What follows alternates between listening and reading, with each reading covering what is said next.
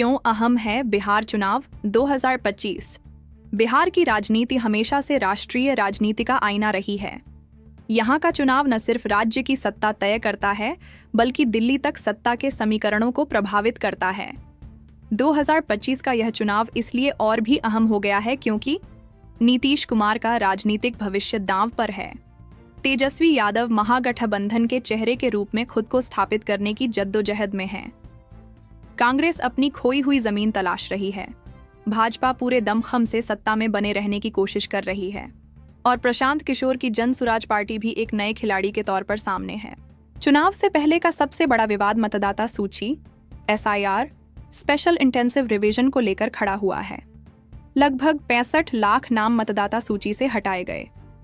चुनाव आयोग ने दावा किया कि ये नाम डुप्लीकेट या मृतक मतदाताओं के हैं, लेकिन विपक्ष का आरोप है कि जिंदा लोगों को भी मृत दिखाकर सूची से बाहर कर दिया गया। तेजस्वी यादव ने आरोप लगाया कि प्रति बूथ लगभग 50-60 नाम गलत तरीके से हटाए गए। सुप्रीम कोर्ट ने इस पर संज्ञान लिया और चुनाव आयोग को आदेश दिया कि हटाए गए नामों की पूरी लिस्ट सार्वजनिक की जाए। मतदाता पहचान के लिए आधार समेत 11 दस्तावेजों को मान्य किया जाए। RJD की याचिका पर सुनवाई के दौरान मतदाता सूची संशोधन की समय सीमा बढ़ाने पर भी विचार चल रहा है।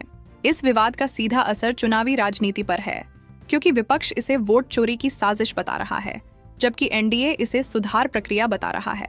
इसी विवाद को लेकर राहुल गांधी ने बिहार में मताधिकार यात्रा शुरू की। इसका उद्देश्य था मतदाता अधिकारों की रक्षा करना और चुनाव आयोग पर दबाव बनाना। रैली के दौरान राहुल गांधी के साथ तेजस्वी यादव भी दिखाई दिए, लेकिन दारभंगा की रैली में विवाद खड़ा हो गया जब मंच से प्रधानमंत्री और उनकी मां के खिलाफ आपत्तिजनक नारे लगे। भाजपा ने इसे सीमा लांघना बताया और राहुल गांधी पर FIR तक दर्ज करवाई। भाजपा ने हर जिले में प्रेस कॉन्फ्रेंस करके कांग्रेस और RJD को घेरने की रणनीति बनाई। अमित शाह और JP नड्डा भी लगातार बिहार का दौरा कर रहे हैं ताकि विपक्ष को जवाब दिया जा सके। इस पूरे घटनाक्रम ने चुनाव को वोटर अधिकार बनाम राष्ट्रवाद की बहस में बदल दिया है। चुनाव से ठीक पहले नीतीश कुमार ने बड़ी घोषणा की। मुख्यमंत्री महिला रोजगार योजना, इसके तहत महिलाओं को स्वरोजगार शुरू करने के लिए Rs 10,000 की सहायता राशि दी जाएगी। JDU का मानना है कि यह योजना महिला वोट बैंक को NDA की तरफ आकर्षित करेगी। योजना का सीधा असर होगा शहरी और ग्रामीण क्षेत्रों की महिलाओं में NDA के लिए समर्थन बढ़ाना।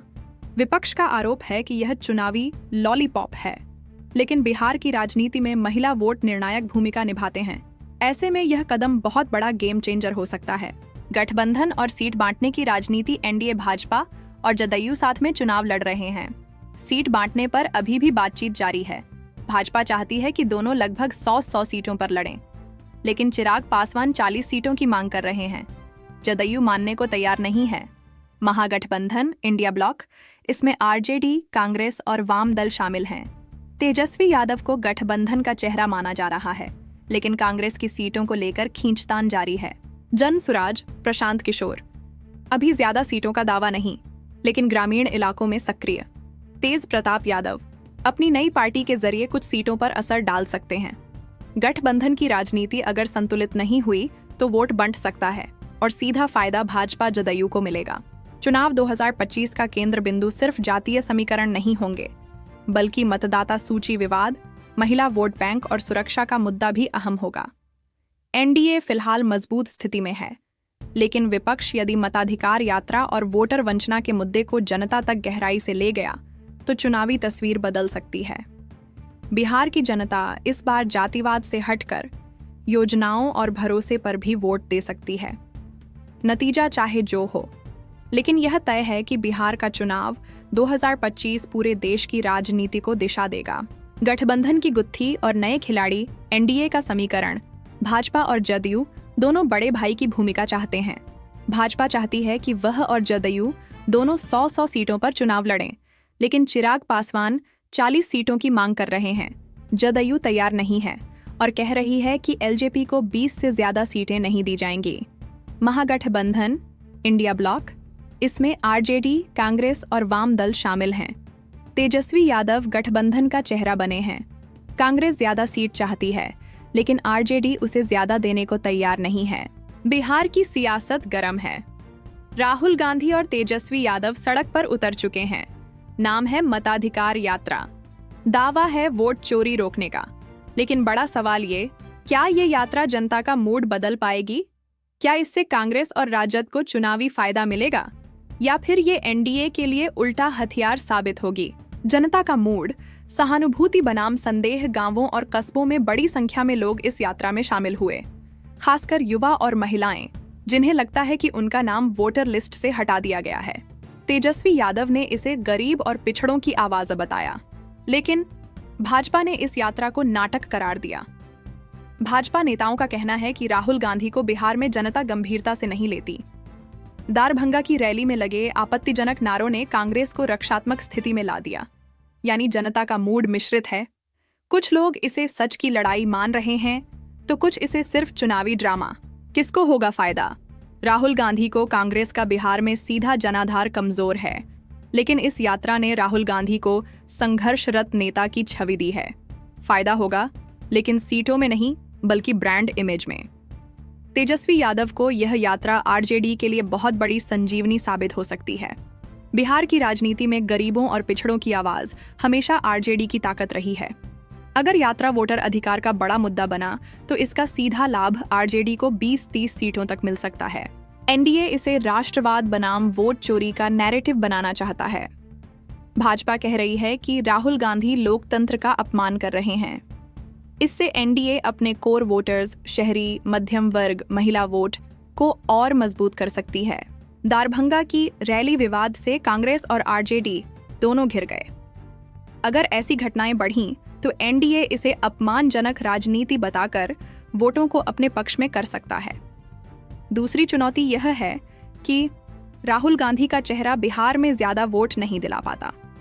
तेजस्वी की लोकप्रियता ज्यादा है, लेकिन कांग्रेस के साथ रहने से विरोधी भी मजबूत होते हैं।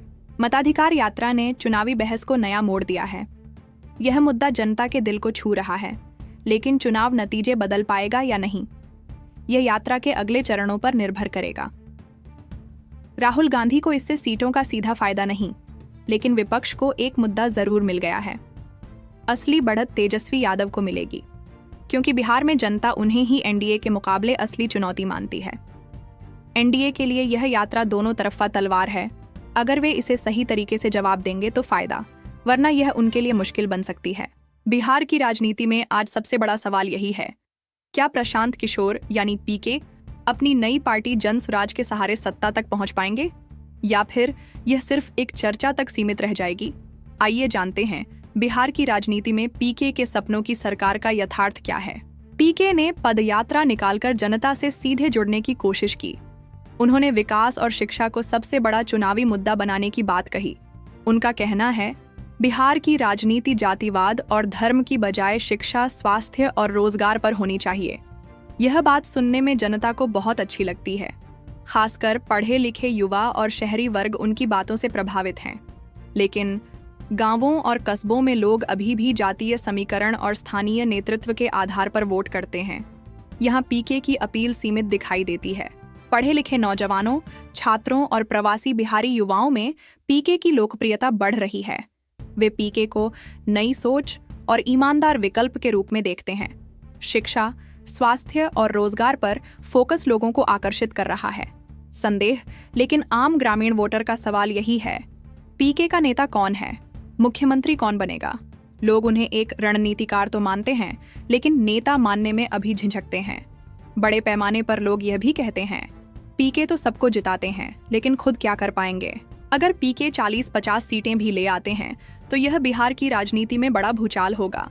इससे महागठबंधन और एनडीए दोनों की सीटें कम होंगी। वे किंग मेकर बन सकते हैं और भविष्य की राजनीति के लिए मजबूत आधार तैयार कर लेंगे। लेकिन अगर सीटें 10-15 तक सिमट गईं, तो लोग उन्हें एक असफल प्रयोग मानेंगे। प्रशांत किशोर की सोच और मुद्दे आकर्षक हैं, लेकिन बिहार की राजनीति सिर्फ मुद्दों से नहीं चलती।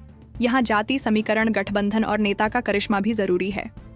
पीके 2025 में सरकार नहीं बना पाएंगे, लेकिन अगर वे 50+ सीटें ले आते हैं, तो बिहार की राजनीति की तस्वीर बदल देंगे। अभी के लिए जनता उन्हें गंभीरता से सुन तो रही है, लेकिन उन्हें मुख्यमंत्री का विकल्प मानने में देर लगेगी। यानी 2025 में पीके का रोल सरकार नहीं, लेकिन सत्ता समीकरण का सूत्रधार तो साफ है। प्रशांत किशोर की पार्टी जन स्वराज ने बिहार की राजनीति में हलचल जरूर मचाई है, पर क्या वे सरकार बनाएंगे? अभी नहीं। हाँ, वे आने वाले वक्त में सत्ता की चाबी जरूर अपने हाथ में ले सकते हैं। यानी बिहार की राजनीति में पीके का नाम अब नजरअंदाज करना आसान नहीं होगा।